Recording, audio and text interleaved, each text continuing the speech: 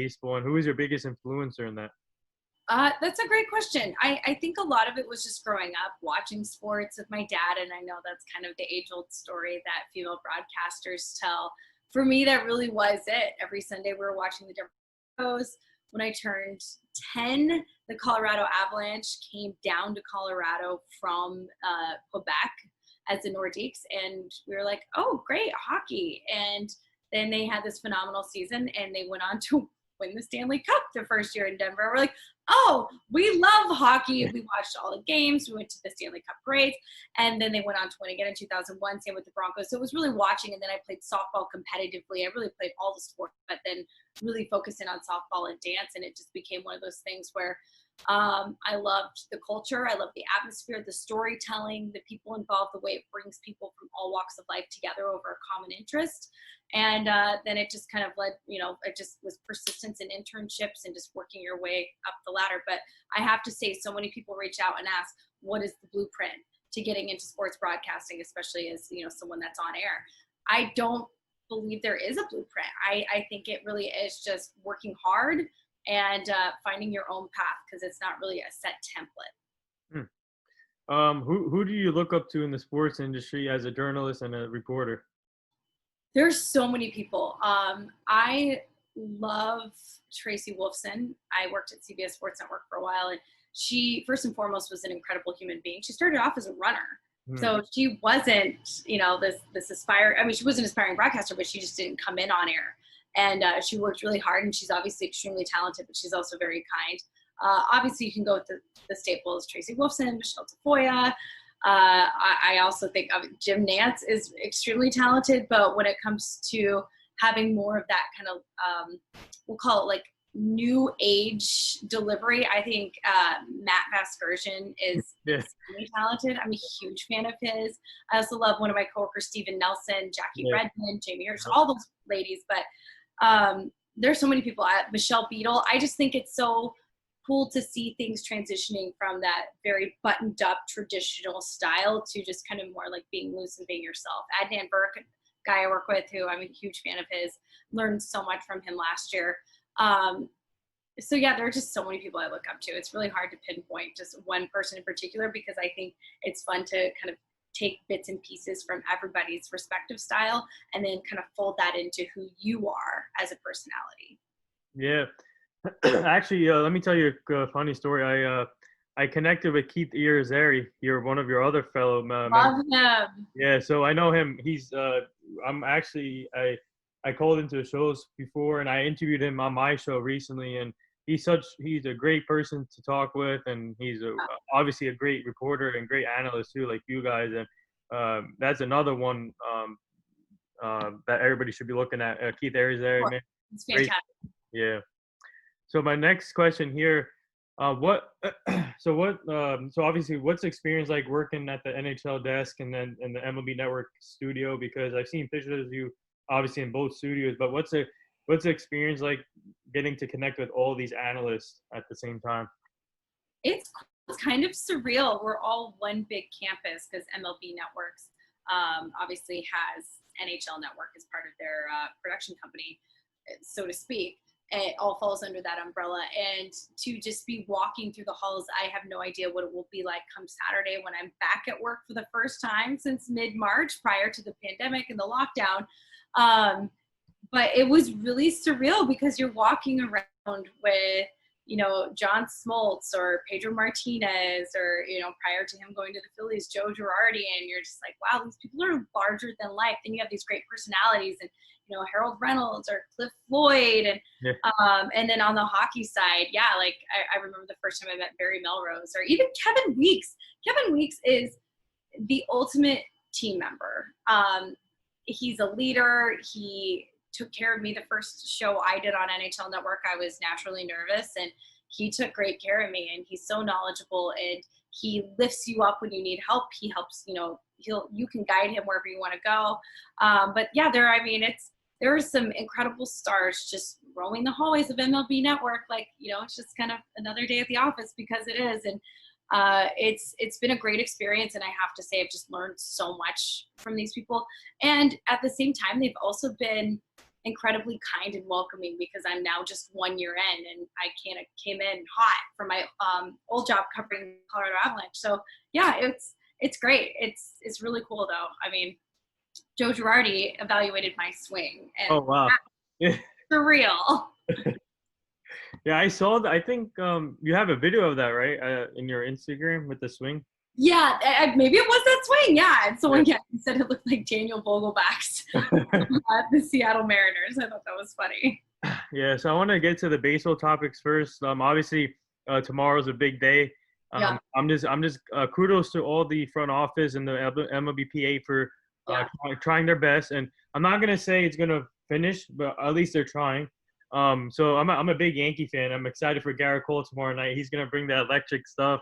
I feel I feel confident he's gonna. I think though the one thing I'm surprised I didn't expect him to be fully built up by the time but he's already at 100 pitches. He can basically pitch the whole game tomorrow. That's what we have. We have the advantage tomorrow. But what is your take as a reporter though, having baseball coming back and for you guys, for especially for MLB Network, this is big business for them obviously. And what's it like for them, especially for your coworkers, to have baseball back and all the highlights and pre-games, and what's that going to be like for tomorrow?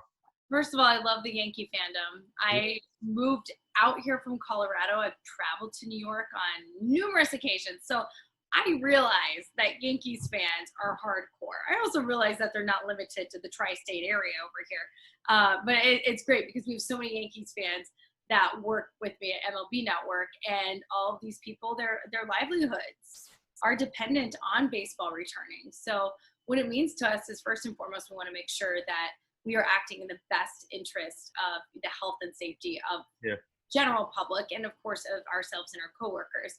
And we just had a call with everyone at work. They have put in numerous protocols in place that we all have to follow in order to help ensure our safety, all of our safety.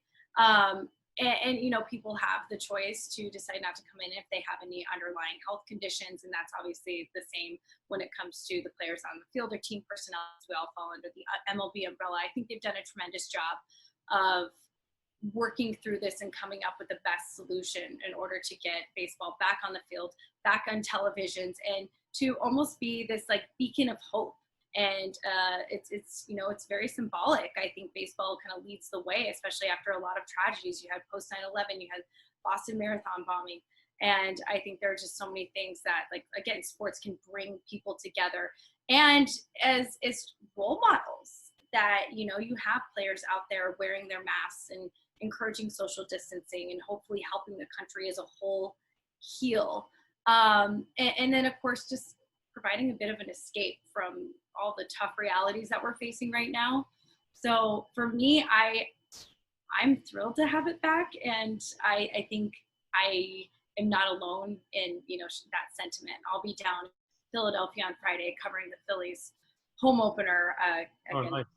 the Miami Marlins, and I cannot wait to go down there. We'll be practicing, you know, social distancing. We'll be masking up, all of it, and obviously we're allowed very close to the team, but just to be at work again and to be sharing people's passions with them, I think for me that's so cool that we get to be part of this collective joy. Right.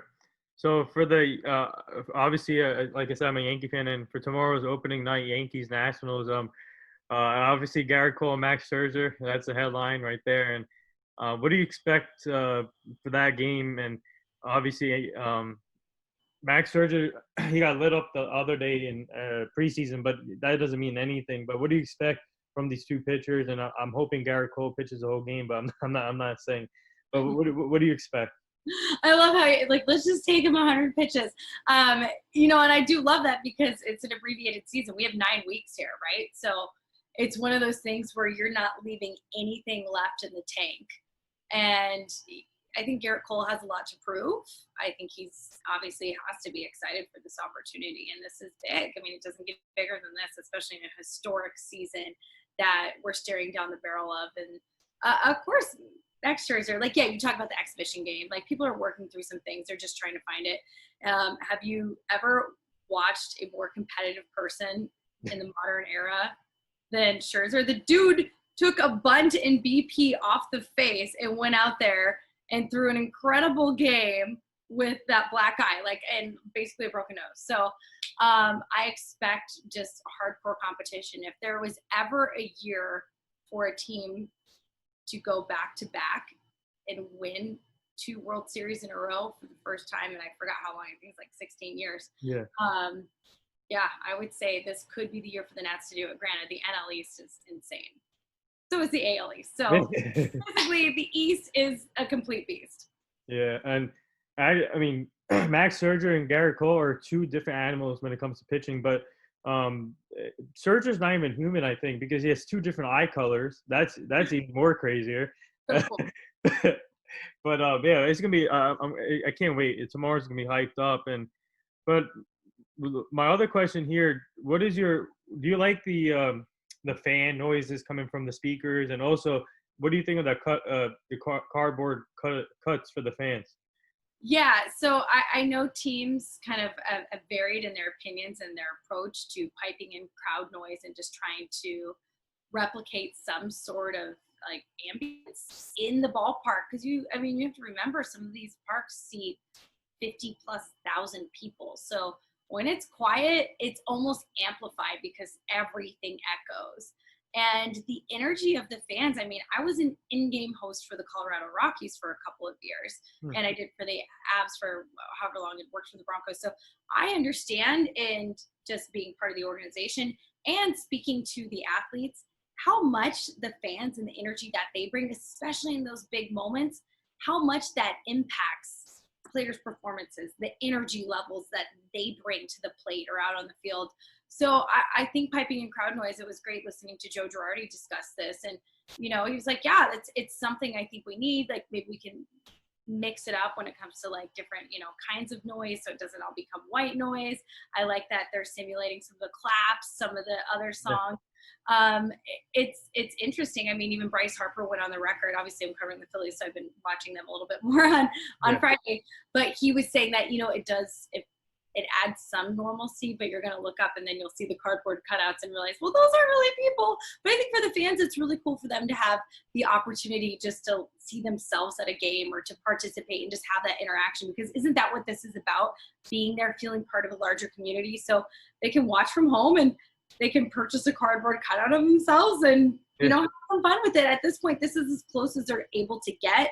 So I think it was really cool that the teams were able to incorporate something. Obviously, having cardboard cutouts means nothing to the players, but I don't know. I think it's fun. You can have fun with it. And for example, the Phillies are going to have cutouts of healthcare professionals in their diamond seats right behind the backstop to celebrate all the contributions that they've made as the heroes really during this pandemic and the lockdown respectively. So I think that's cool.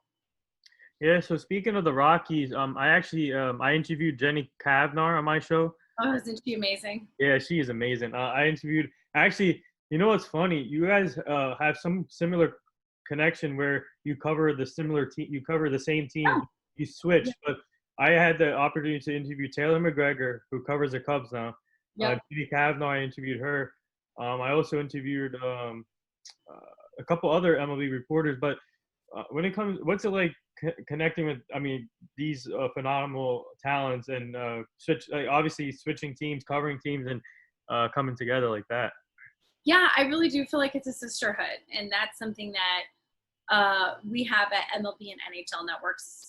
All of us, especially the female talent, we're very close, and we all support one another, and lift each other up, which I think is not only very important, but it's great to have that community of people that can understand what you're experiencing in life and as a profession. And when it comes to the other women, when it's Taylor, when it's Jenny, they're incredible women who bring so much to the table.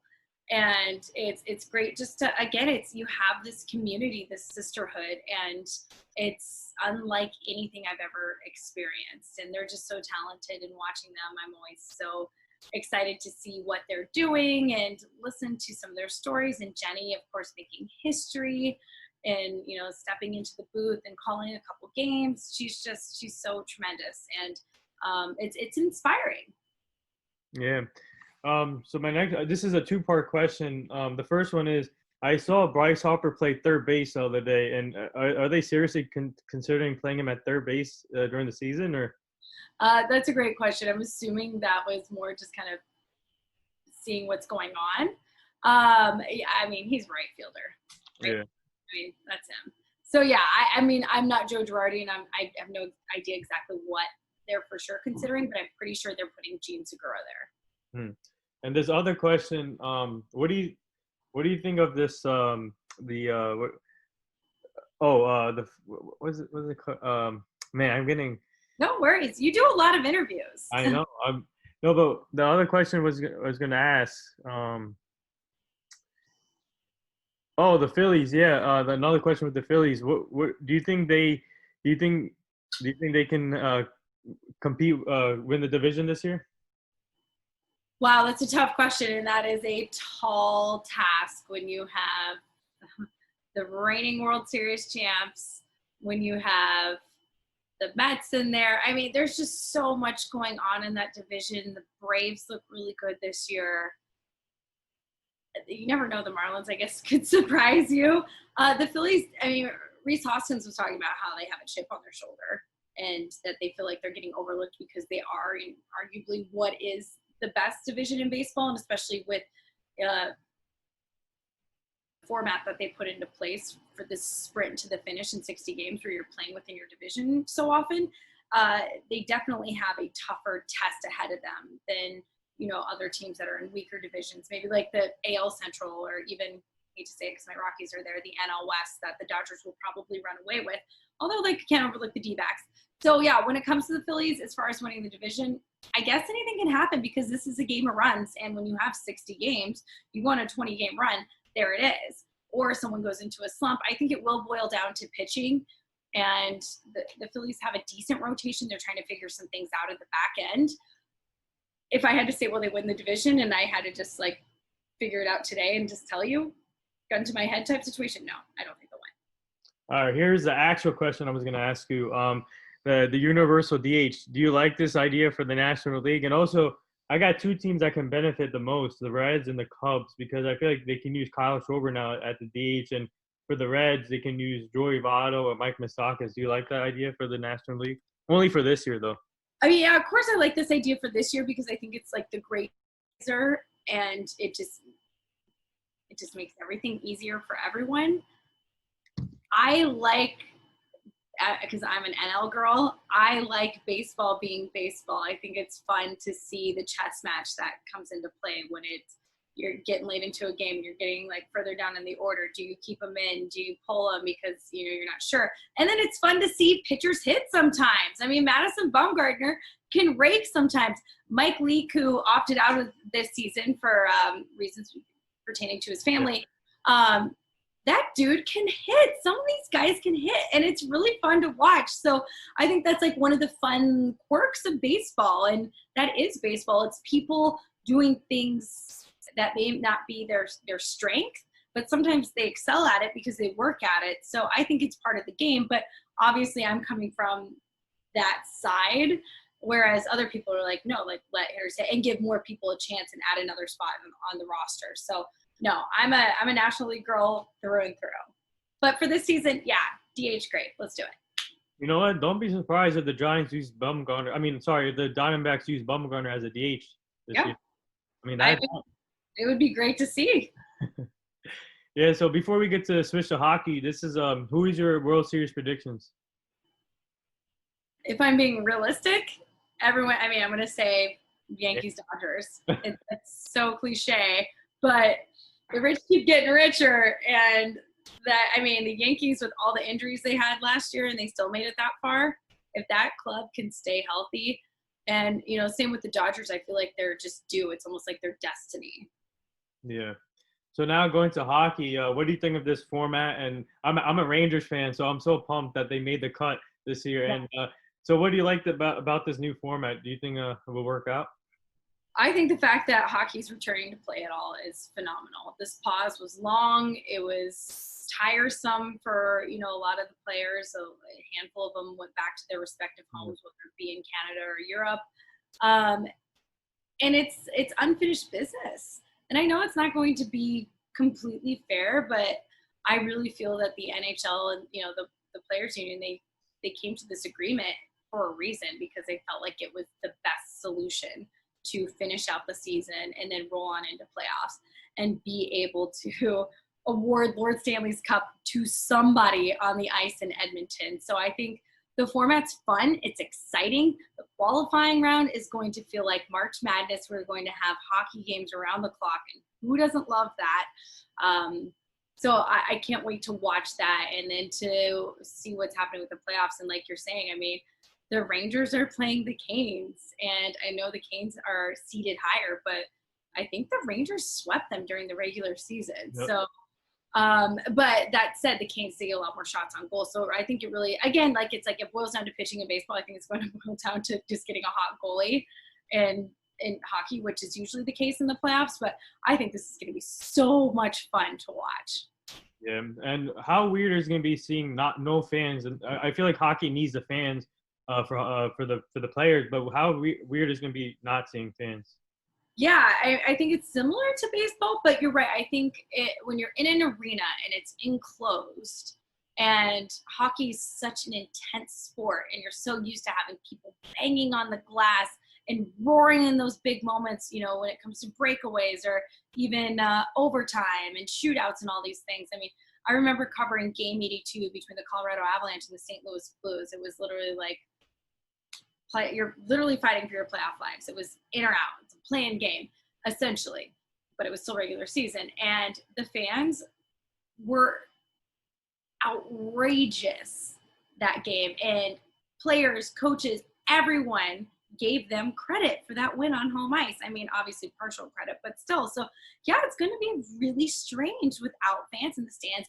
And I think that's where, you know, I've heard coaches talk about, I think Joe Quenneville was talking about like needing to have more like a vocal presence on the bench and like have the boys get excited. And yeah, it's going to be interesting, especially watching from home. Yeah. So this is another two-part question. Do you see the hockey supplementing like fan reactions in the speakers? And I feel like that can work in the indoor stadium. Totally. Yeah. I think they've been playing with that. I'm not for sure where they landed on that, but yeah, I think that's something that could really help out just with atmosphere and the music and all that. I think they'll find a solution, because I've been to multiple more morning skates than I can count now, and practices, and it's a completely different atmosphere from when you have the music going and you have fans present in the stands.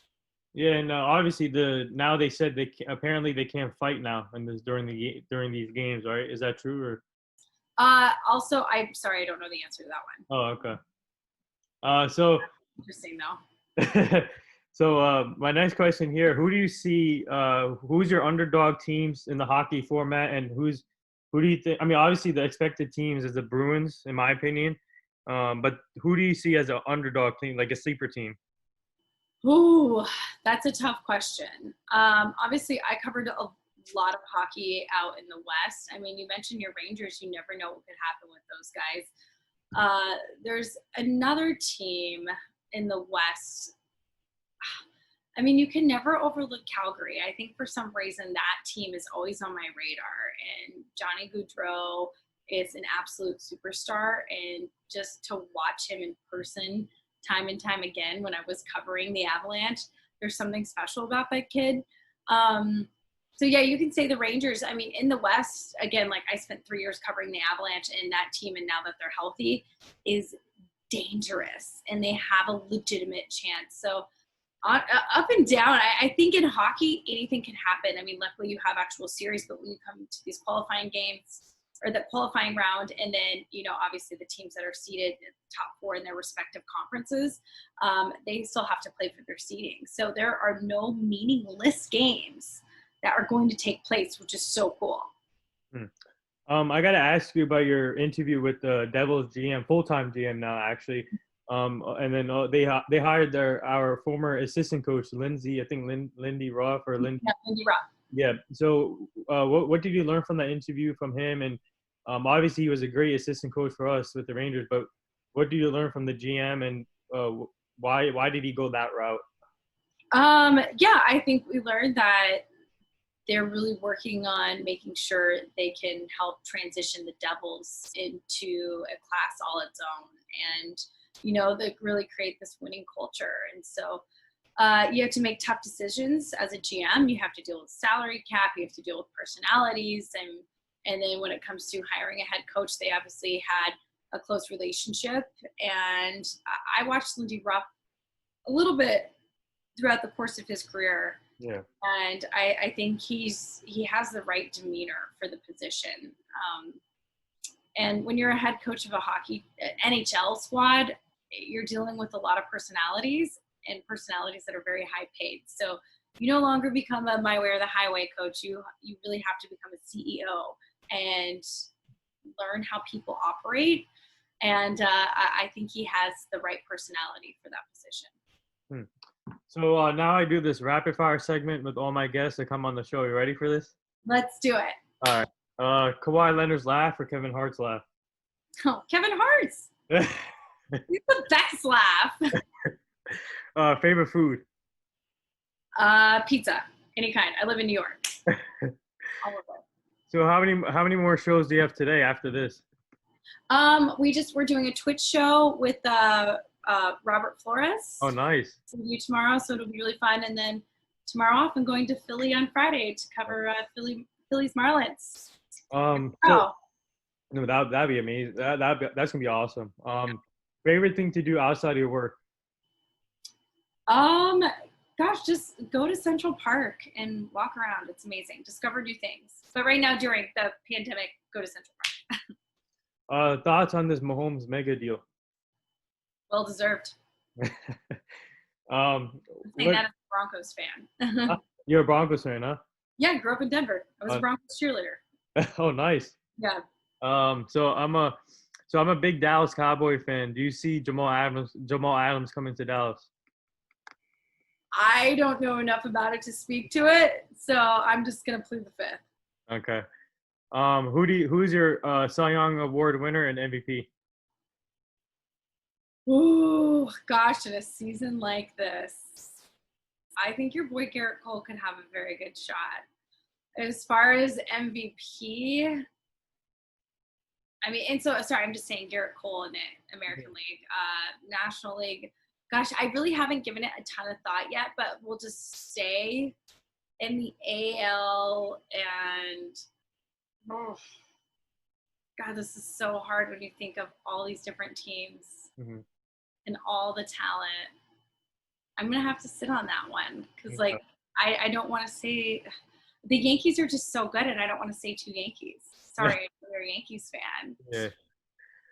So who's the funniest person that you work with at the MLB Network desk and the NHL Network desk? Funniest people. I gotta say, our girl Jackie Redmond's pretty funny. I'm a huge fan of hers.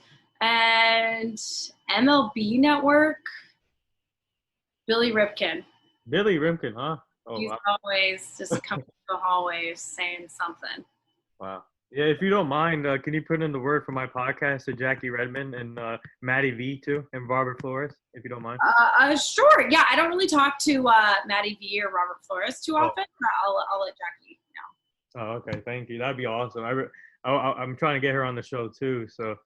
Yeah, I know she's up in Canada and super busy helping out with her boyfriend's businesses. But yeah, I'm sure she will definitely be happy to give you the time. Favorite music to listen to? Favorite music?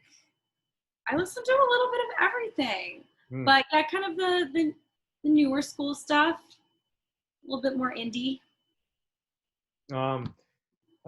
So what advice would you give these young sports journalists that are trying to be in the same business as us? Be yourself and work hard. Favorite memorable game that you covered and favorite memorable interview you've done? To this day, it's game 82 between the Avs and the Blues because of everything that was on the line and because they fought back from one of the worst seasons in franchise history. So to see that turnaround in the heart that this team illustrated was so cool. Favorite interview? I've been very fortunate to interview a lot of really interesting people. Kevin Costner during Super Bowl week Hmm. back in, I don't know, 2014. Yeah. Wow, that's crazy. Yeah, it was nuts. Yeah, so before we get to the last two things here, I have a couple of pages you should check out on Instagram after this. A couple podcasts. My friend Julian, Bobby, they have their own podcast too. It's called GT Sports Talks, but we combined it as Grunt Talks. You should check their page out. Okay. Julian, my friend Julian, he's going to be the next Ken Rosenthal. He's that good. That's so cool. Yeah, so you should check that page. I'll send you the pages, but you should check that page out, and also you should check this kid, Global Kid Media. He's 13 years old. Oh wow. Yeah, he's interviewed 1,000 people, and he's interviewed Mahomes, Von Miller, and on and on. And he's trying to be the first. Yeah, he's trying to be the first online kid reporter. That's so cool. Yeah, so those are the couple pages you should check out. I'll send it to you. Thank you. Yeah, and the last few things here before I let you go. This is a question I've been bringing up to all my guests about the late Kobe Bryant and his daughter Gianna, mama mentality, and the other people that were involved. So what, as for you being a reporter and journalist, what did they mean to you? Well, first and foremost, I think Kobe was synonymous with excellence and dedication and family man, kindness, generosity. I think there are a lot of things. So what they meant to me personally, it was shocking when you read the news about, their deaths and everyone else involved. And I don't think the world will be the same without him. And I don't know what she would have gone on to do, but I think she was going to be inspirational and make a very big impact on this world. So definitely lost far too soon. Yeah, and also before the last thing, can you speak on the legacy of Nina Kapoor? Yeah, I mean, just the legacy in general. Yeah, because she was only 26, and I felt like it was when I saw the news, I was just devastated. And she was an up and coming sports reporter. Obviously, she's a news reporter too, but she was only 26 after what happened. Yeah, honestly, it's tragic, and so much.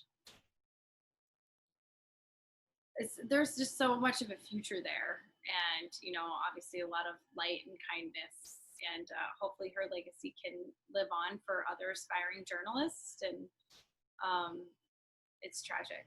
Yeah. And the last thing here, would you like to say anything to all the nurses, doctors, and essential workers? Yeah, I think the level of gratitude that I have for that community and people who put their lives on the line day in and day out is, I don't even know if I can quantify it. I don't even know if I can articulate it, but thank you for everything that you have done for us in our communities. And I can't imagine the things that you have experienced and the comfort that you have offered to people who were in their darkest and scariest times. And we will do our best to do our part in masking up and practicing social distancing so that you guys don't end up in a place where you're experiencing that level of trauma personally, and that we don't have to lose any more loved ones than necessary. Yeah, very well said. And there she is, the talented and amazing sports journalist, Lauren Gardner, NHL, MLB. Keep up the great work. You're such an inspiration. I loved having you on. We finally made it happen, and keep up the awesome work. And I'm really looking forward to more content from you. And I'm just happy that baseball is coming back, NHL is coming back, NBA is trying to come back, and at least we're getting some normal sense of what's going on. And then you should tune in at 5 p.m. after you. I'm having Emily Applegate on, so I'm really looking. Oh, wonderful! Yeah, that's fantastic. Yeah. Well, thank you for having me. You're extremely talented. All the interviews are incredible, so it was an honor to join. Yeah, thank you, and I'll be posting this on all social media formats. So. Okay, awesome. Well, thank you. Yeah, anytime. Stay safe. Likewise. Yep.